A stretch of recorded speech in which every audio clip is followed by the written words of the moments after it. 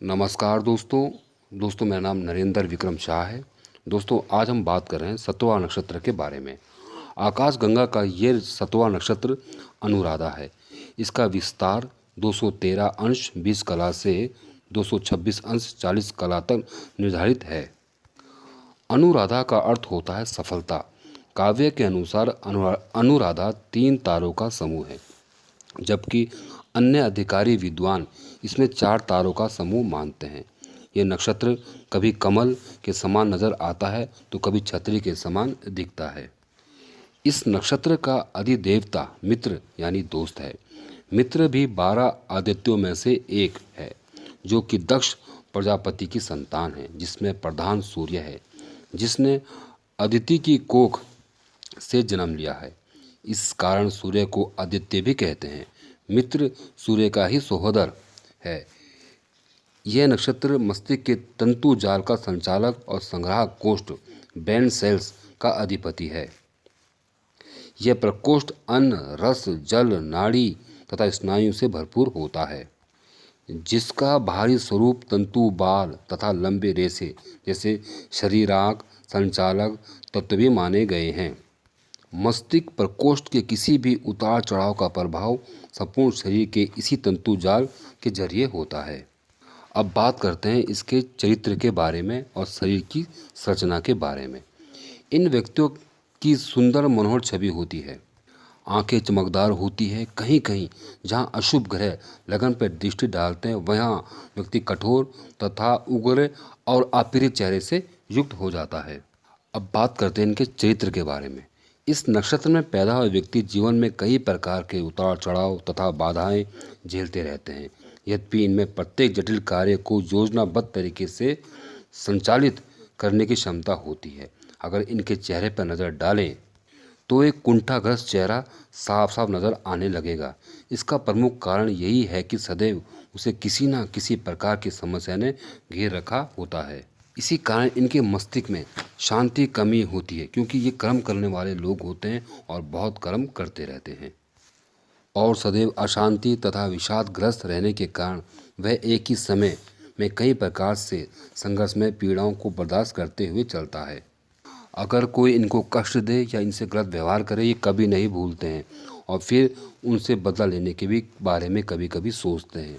इनके सब के बावजूद वह घोर परिश्रमी होता है तथा जो भी कार्य उसे सौंप दो उसे पूरा करने की चेष्टा करता है।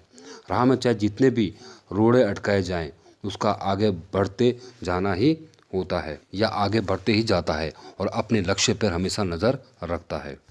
यही कारण है कि अनेक बार असफलता के बाद एक ना एक दिन सफलता उसे जरूर मिल जाती है।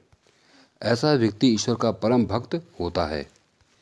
किसी भी मित्र या व्यक्ति के साथ उसके स्थायी संबंध बहुत कम होते हैं। उसके जीवन के अधिकांश भाग आधारहीन असफलता के कारण अधूरे रहते हैं, परंतु जब भी स्वतंत्र, उत्साही, प्रेरणायुक्त विचारों का कहलाता है और अपने लक्ष्य से कभी भटकता नहीं। अब बात करते हैं शिक्षा और व्यवसाय के बारे में।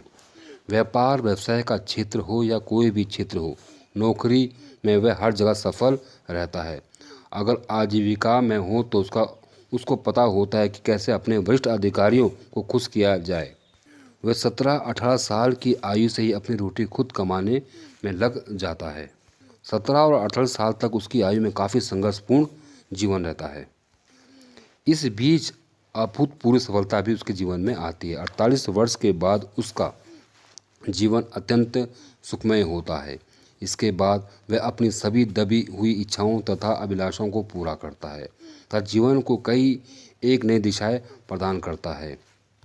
अगर चंद्रमा और मंगल का योग प्रतियोग हो तो वह दवाइयों के व्यापार से, बिजली, धातु, लकड़ी या ठेके के कार्य से, मादक द्रव्यों से, फिर रसायन, केमिकल्स आदि से अपार धन कमाता है।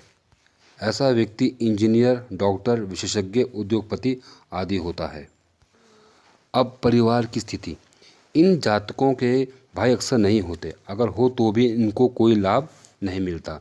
वह अपने पिता से कुछ भी ग्रहण नहीं करता, परंतु उनके आदर्शों का पालन अवश्य करता है। कई मामलों में पिता से तीव्र मतभेद भी रहते हैं। माता से भी आमतौर पर से कोई खास स्नेह उसको प्राप्त नहीं मिलता, या उनके साथ रह नहीं पाता, या पढ़ाई के बहाने दूर रहता है।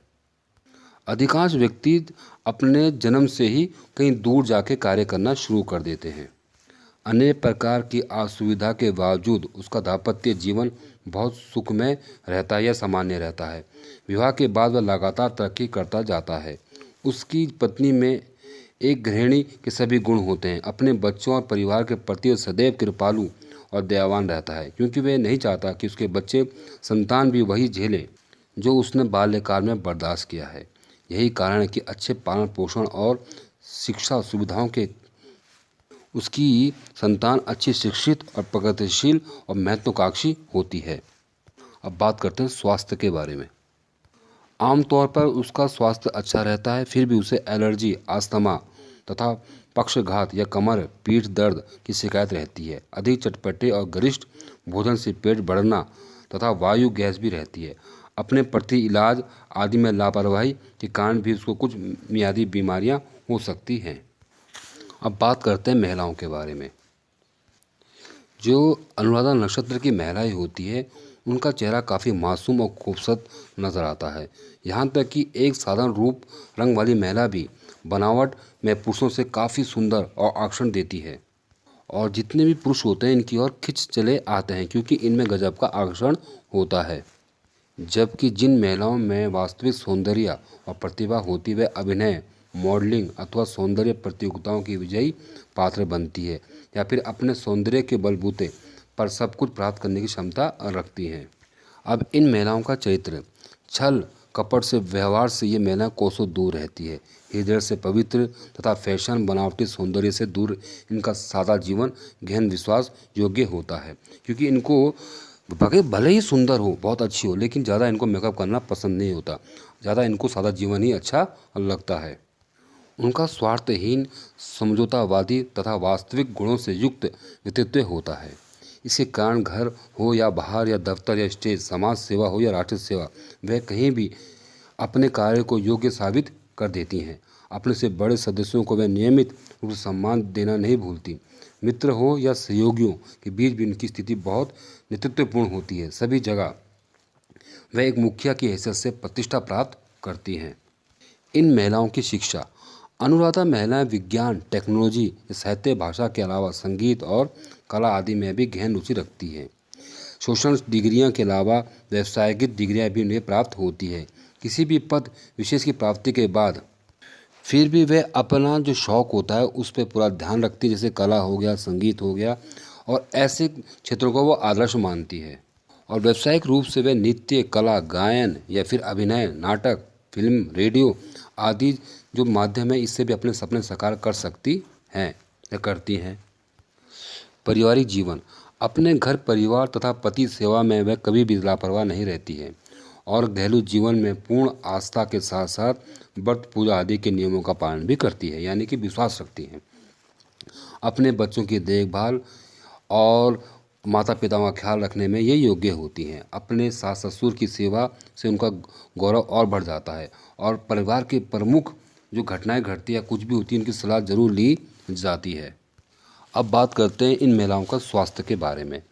अनियमित मासिक धर्म के कारण उनको कष्ट हो सकता है। बहुत अधिक रक्त स्त्रोत के कारण उनके शरीर में खून की कमी हो सकती है। इसके अलावा सिर दर्द, छाती में जलन, अन्य मियादी बुखार या